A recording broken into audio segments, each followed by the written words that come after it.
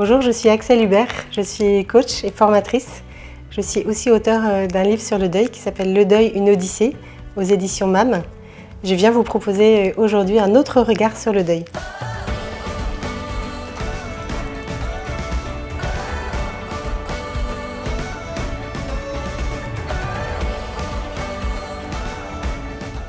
Alors, j'ai vécu le deuil précoce puisque mon mari Léonard est mort il y a presque 10 ans. J'avais 39 ans et nous étions mariés depuis environ 10 ans. L'aîné de nos 4 enfants avait 9 ans au moment de la mort de son papa.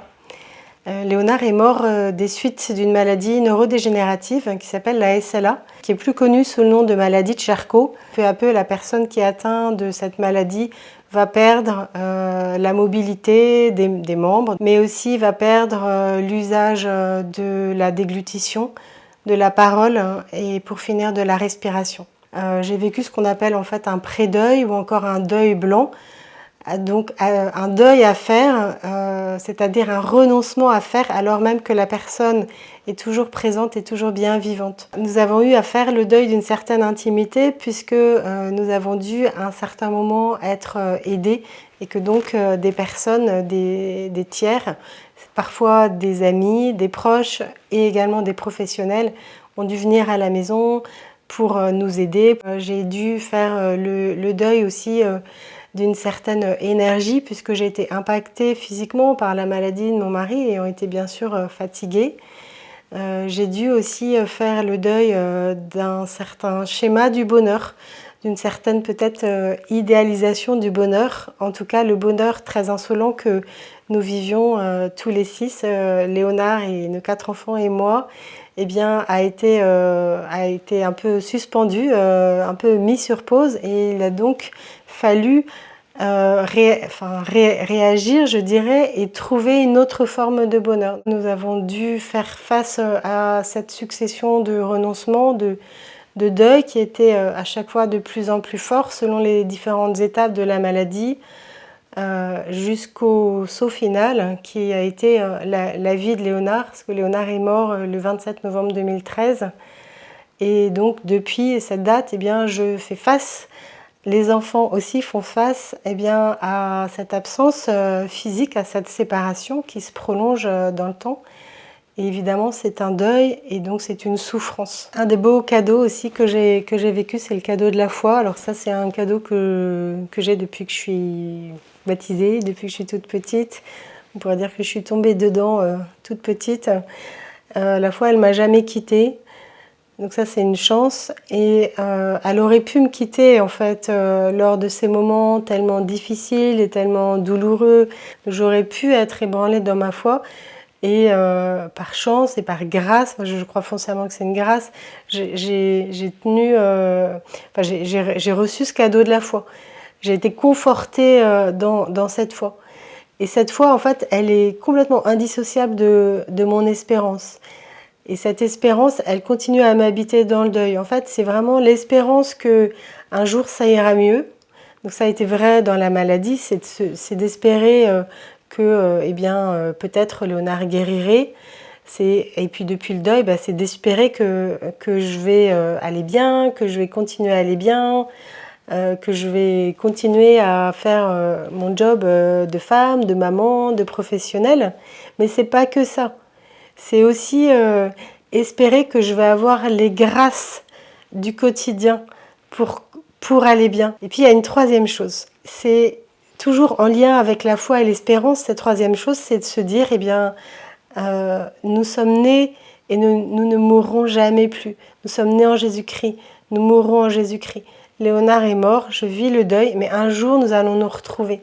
Un jour, nous allons nous retrouver auprès de Dieu et nous continuerons cette danse, cette foi céleste qui ne terminera jamais plus auprès de Dieu. Cette expérience d'avoir accompagné Léonard dans sa mort et cette expérience de vivre le deuil de mon chéri depuis 10 ans, qui m'a confortée dans ma foi et dans mon espérance, elle m'a aussi permis d'en faire quelque chose, et notamment d'un point de vue professionnel. Aujourd'hui, je suis foncièrement heureuse de pouvoir accompagner des personnes qui vivent le deuil ou qui vivent en tant qu'aidants l'épreuve de la maladie et du handicap. Je suis très heureuse de sensibiliser dans des entreprises ou des associations, des collectivités ou voilà, d'autres lieux, des personnes à tous les enjeux, les impacts du deuil. Je suis absolument convaincue qu'on a besoin de jeter des ponts entre la personne en deuil et puis son entourage pour que cette personne en deuil aille mieux. C'est une grande chance pour moi aujourd'hui professionnellement de pouvoir faire un métier qui a du sens, un métier que j'adore. En fait, pour moi, parler du deuil, c'est, vous voyez, le lapsus révélateur, c'est parler de la vie.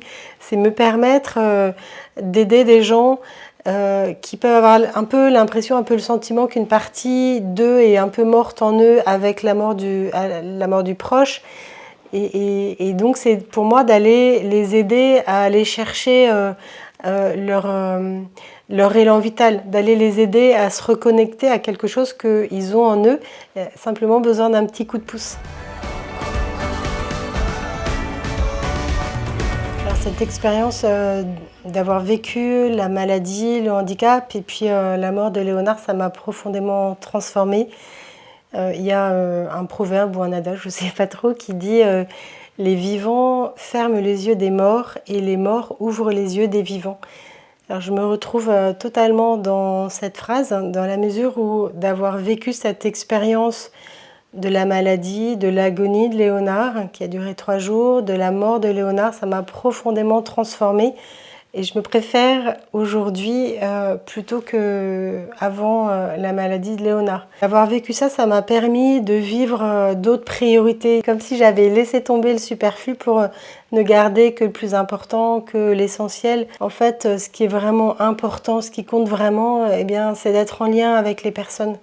Et Léonard a été en ça un grand exemple, puisque lui-même a accepté de se dépouiller en nous montrant que l'important c'est de se laisser aimer. Un autre point serait aussi, et à l'instar de Léonard, le fait d'avoir pu davantage rentrer dans la vie au présent sans se projeter, sans se comparer, en accueillant vraiment ce jour qui est donné avec le beau, le bon, le bien de cette journée et en étant davantage capable de voir ce que moi j'aime bien appeler les 1001 joies du quotidien, les petites paillettes qui font la vie. Donc ça peut être une caresse du vent, ça peut être les enfants qui nous entraînent dans leur danse, ça peut être savourer un bon café à une terrasse. Il y a une autre chose qui reste aujourd'hui très importante pour moi, comme comme cadeau, je trouve que le mot est bien, qui est né de cette épreuve du deuil, c'est le fait d'avoir vécu, d'avoir été présente lors de la fin de vie de Léonard, lors de son agonie, qui a été long, qui a été un moment très difficile à vivre, avec évidemment beaucoup de tristesse, je peux pas vous dire le contraire, mais ça n'a pas été que douloureux et difficile, ça a été beau aussi. En fait, moi j'ai vécu quelque chose de complètement surnaturel, puisque j'ai vécu à la fois la grande souffrance et à la fois une joie profonde en fait.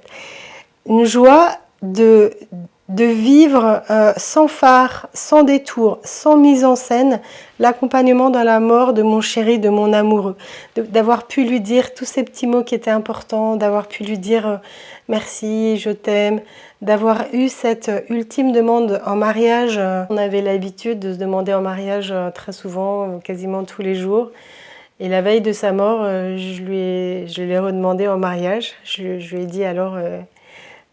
est-ce que tu veux m'épouser? Et comme il ne pouvait plus parler, il a cligné des yeux pour dire oui.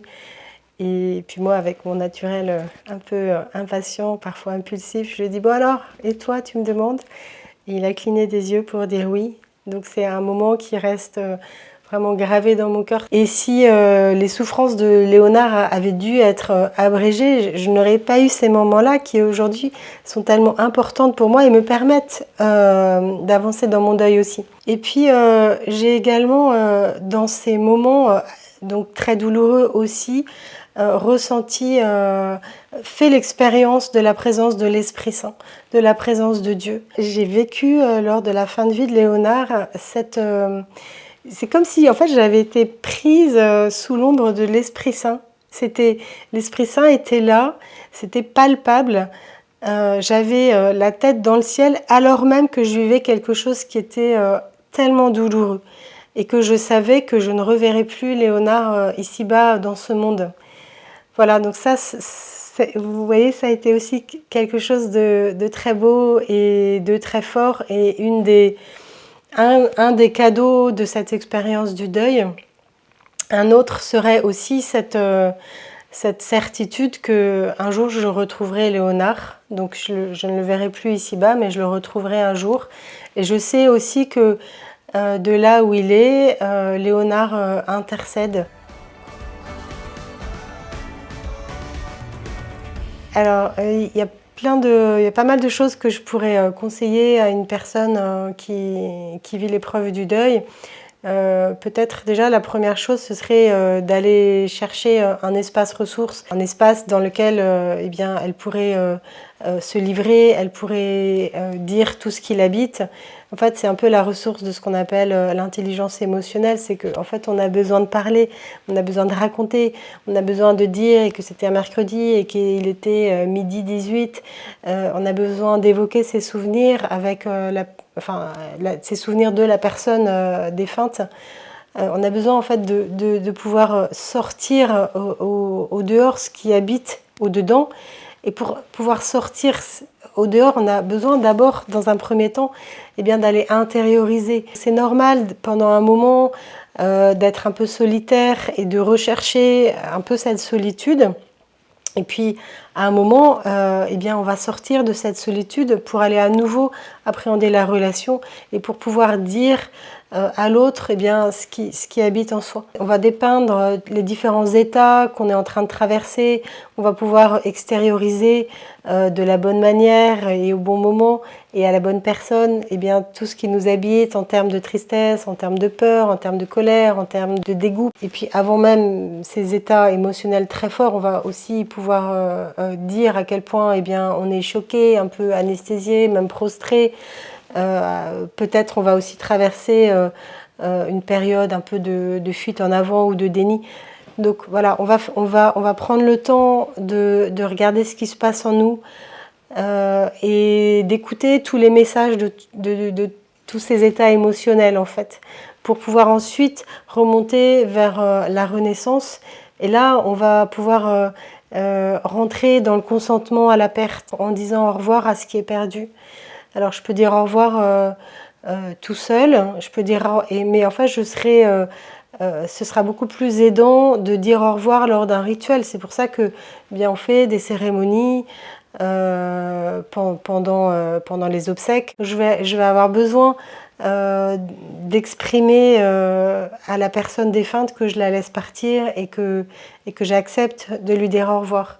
Et ça pourra être également fait avec un professionnel et de manière aussi assez ritualisée, je dirais. Ça sera encore plus puissant si je le fais entouré d'autres personnes. Et le fait d'énoncer, je dis au revoir, eh bien, me permet vraiment d'appréhender la perte et d'apprivoiser aussi la perte. Il y a une autre ressource qui est très importante aussi quand on est en deuil, eh bien, c'est simplement d'aller s'appuyer sur les autres. En fait, moi, ma conviction, elle est que quand on est en deuil, on ne peut pas s'en sortir tout seul.